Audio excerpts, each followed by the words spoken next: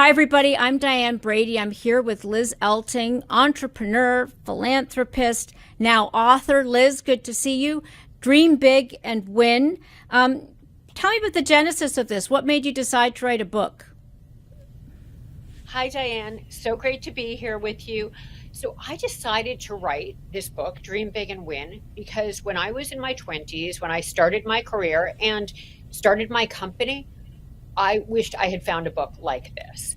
I did read every business book I could get my hands on, but a lot of them were very much how to do this and then do that and then do this and then do that, and a little dry, and they didn't talk about the mistakes that were made along the way and what not to do.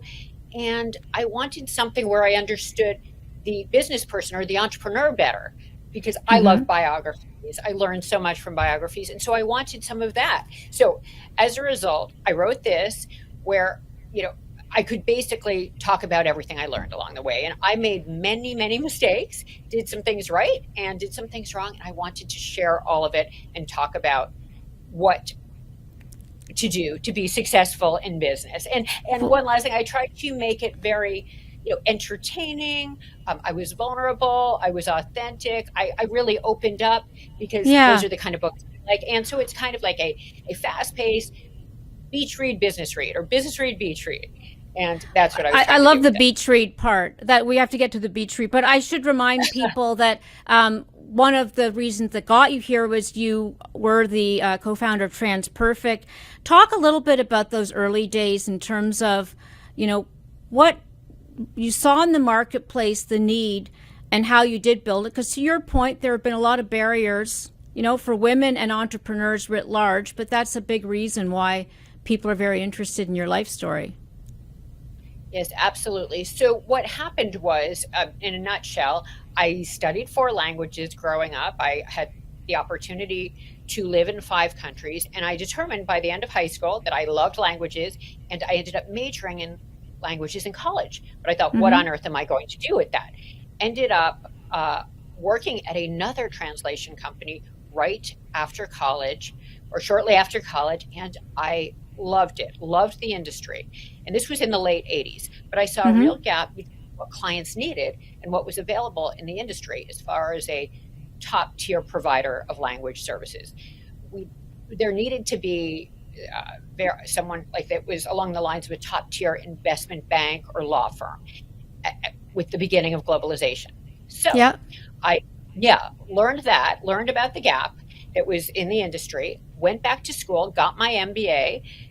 Actually, I got it in finance and in international business from NYU Stern. Loved that experience. Had a very brief stint in finance, which I talk about in the book, and an experience there where I learned finance was not for me, but I had loved the language industry. And as I said, I saw a real gap between what clients needed and what was available. So at the time, there were 10,000 other translation companies out there. It was a very fragmented industry, lots of moms and pops. So at first I thought, well, why would I do this? But as I said, I saw the need and I thought, okay, if not now, when?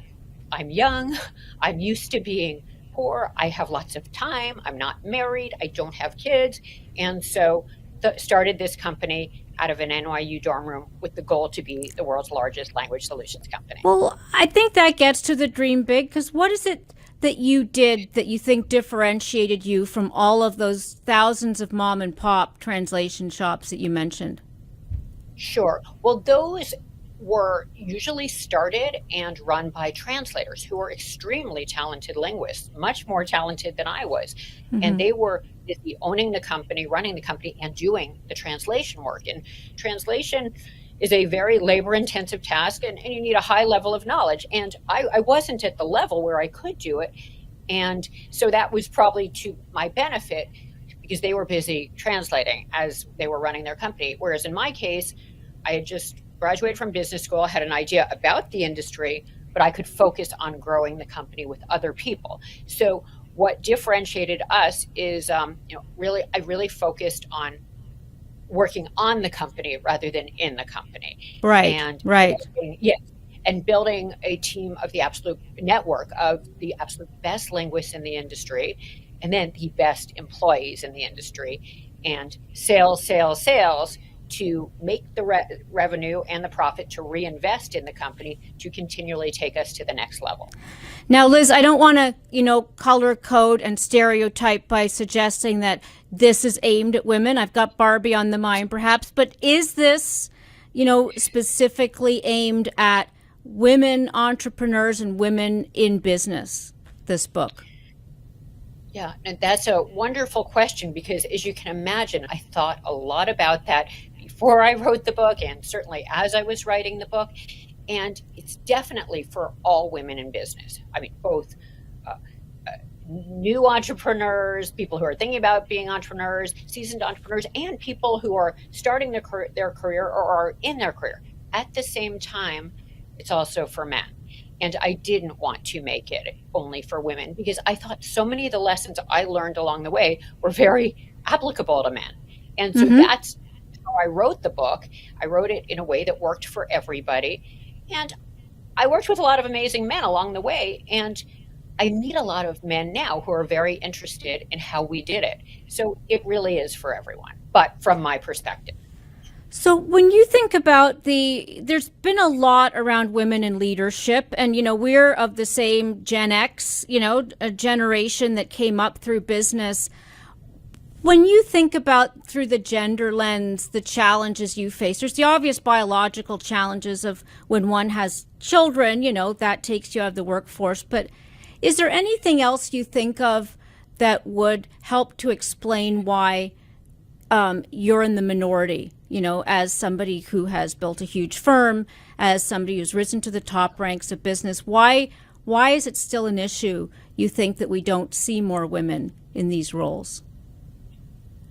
In 30 seconds or less. Just kidding. Right. No, I think we still have systemic issues. I mean, in our country, we have issues. We don't have paid maternity leave, or where companies have to give paid maternity leave. We certainly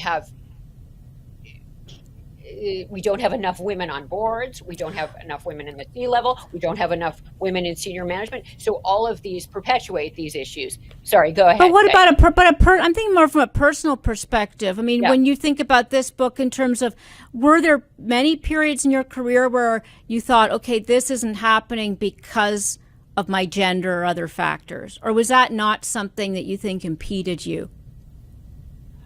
Oh, I definitely had challenges along the way because I was a woman. I mean, certainly before I started TransPerfect, I had a very brief stint in the proprietary trading division of a French bank. And I talk about that in the book, a total of 6 weeks. So certainly I encountered issues there being a woman. That was in the early 90s. But then along the way, as I was building TransPerfect, people assumed because I was the woman, and I did have a male partner, that I was the assistant, just right away. So that was an issue. And then there were certainly other issues along the way. We didn't have a lot of the systems in place that women need. And I discovered them myself when I had kids, and I was trying to run the company and be a mom when my boys were very young. And it was so challenging. And we were not set up for that. And I was not able to put those into place until years later. So I know about challenges women have. And then fortunately, later on, we created a women's group at the company. A number of women got together and said, we must do this. And I do know now companies have so much more of this. But I had challenges. I mean, outside of my company, I was a member of YPO, Young Presidents Organization. People are familiar with that. I was in a forum group, and there were 13 of us who met once a month. The other 12 were men. And they were working all day, and then they were going out at night or in their YPO meetings. And their wives were at home. They were in traditional marriages, and it was hard being the woman. So I've encountered many women along the way who have similar challenges. And I talk about that in chapter 7 of my book, the balancing it all. But fortunately, so many women are doing it and doing it so well now, but it's still a challenge, and we still need to bond together, work together, be in our groups, both within our companies and our groups outside our companies, and support one another. And I do know there are a lot of great men out there doing that now as well. So talk about, it's hard to distill you know, certain lessons. Everybody's situation's different and it's contextual. But if you had to think about the advice that you really want people to take away from your experience, let's unpack it a little bit. What are some of the tips you would give people that you think could apply to a multiplicity of situations? Well, just certainly on that last issue we were talking about, because that's fresh in my mind, what I didn't talk about and what I learned to do along the way was really compartmentalizing, whereby you go to work, you're all in intensely from whatever time it is, 8 a.m. to 6 p.m. or whatever your Yep. hours are.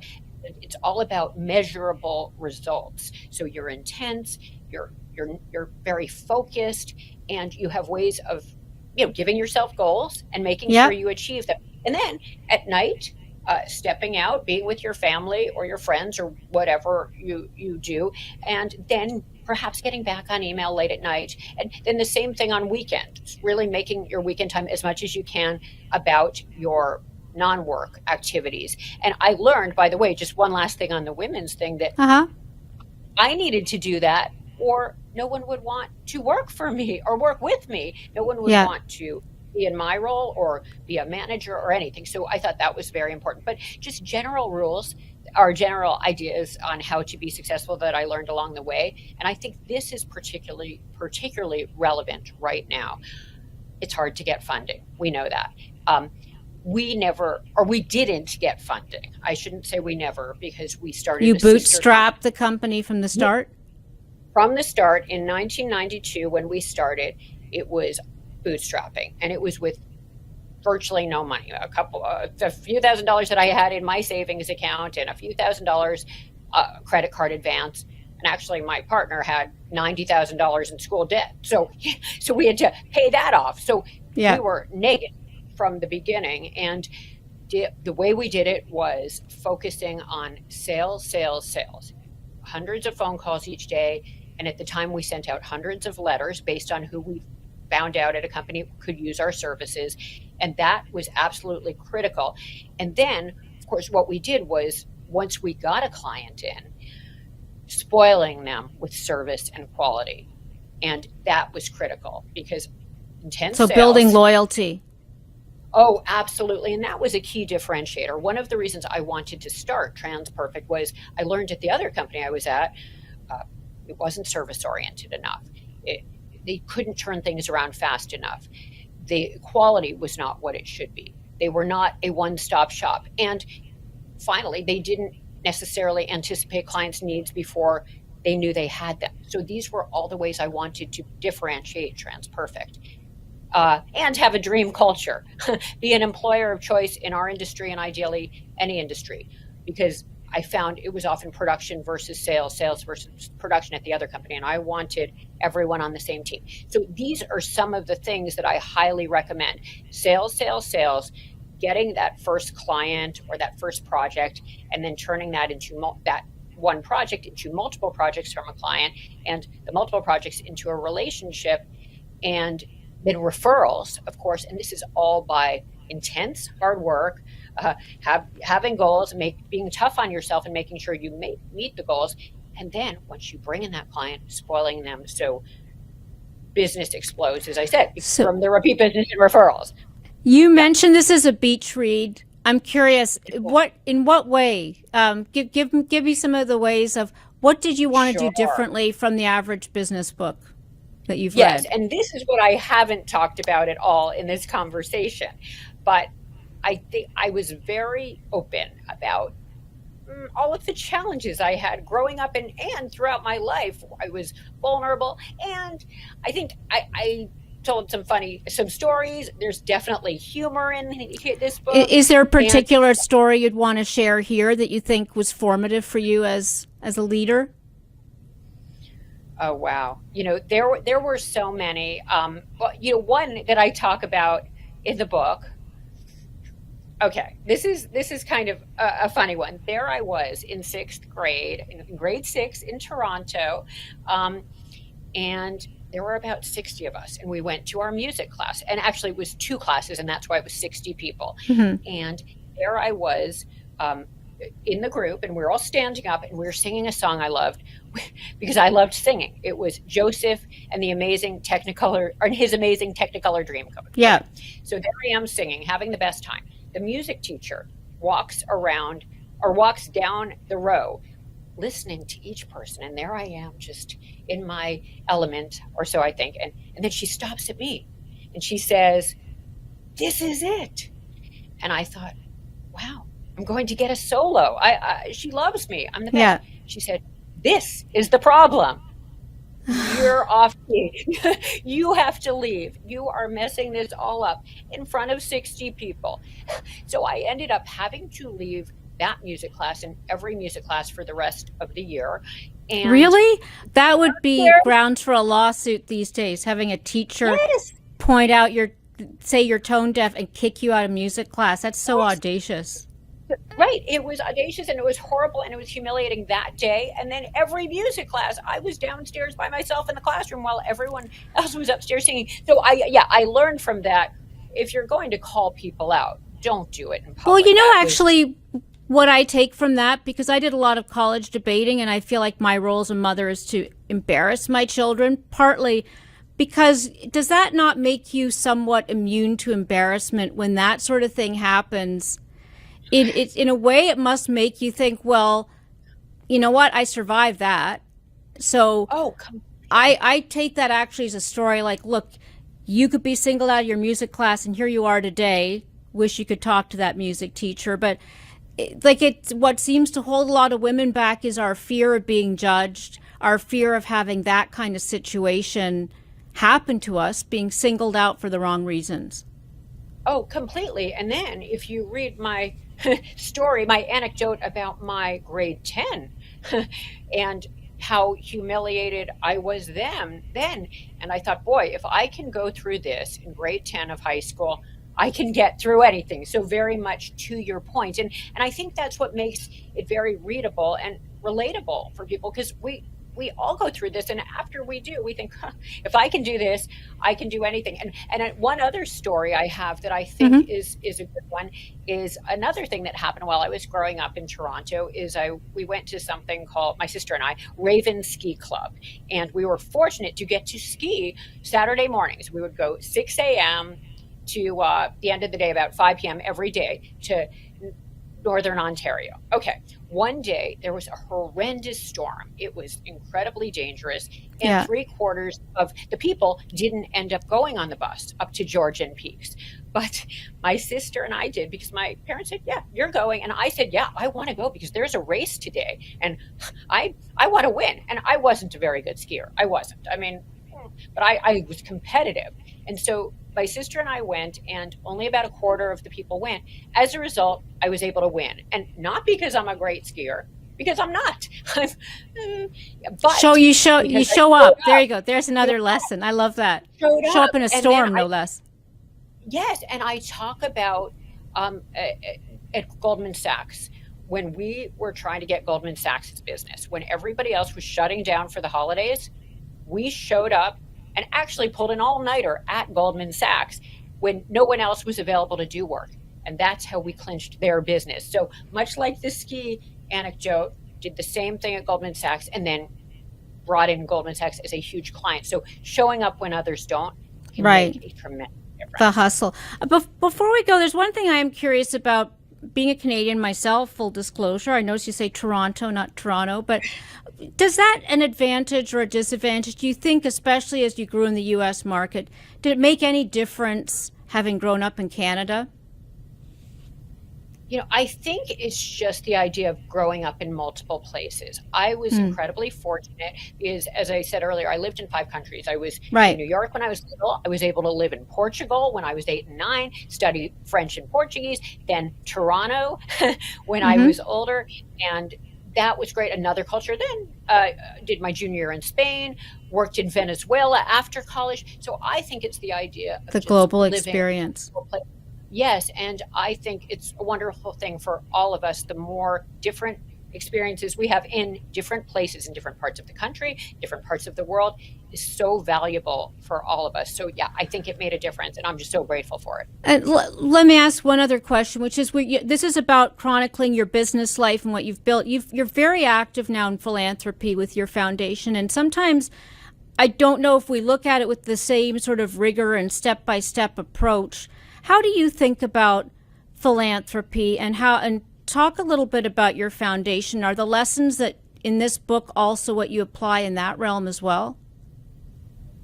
Very much so. I think one of the things I talk about in this book is, if you translate your passion into purpose, if you love what you're doing, it sustains you, and it makes it so you will work hard and you will see the value of it, which is certainly what I focused on with TransPerfect. And now, today, what am I passionate about? What needs do I see out there? Same as actually the case with TransPerfect. What needs are there, and what am I passionate about? And certainly, I'm seeing one need after another. And with my foundation, it's our mission is to help support and empower women and people from marginalized populations.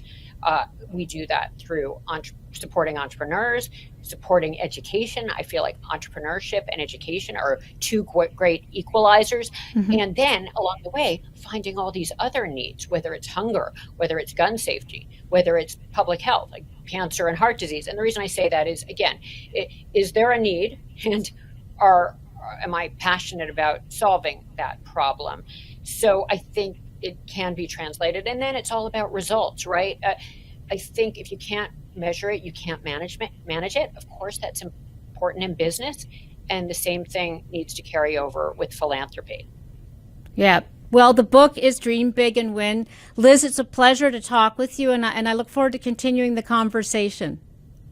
Thank you so much, Diane. It's wonderful to talk to you.